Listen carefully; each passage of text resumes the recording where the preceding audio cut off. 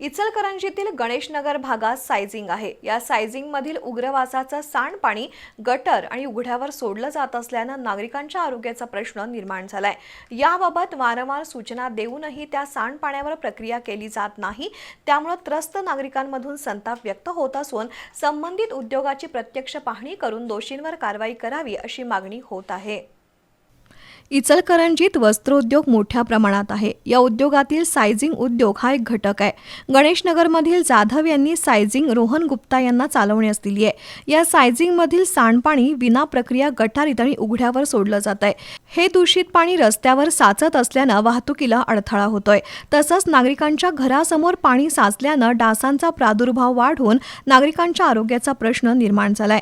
याबाबत त्रस्त नागरिकांनी नगरसेविका सरिता आवळे यांना माहिती दिली असता त्यांनी आयुक्तांची भेट घेतली आणि प्रशासनानं प्रत्यक्ष पाहणी करून संबंधितांवर कायदेशीर कारवाई करण्याची मागणी केली।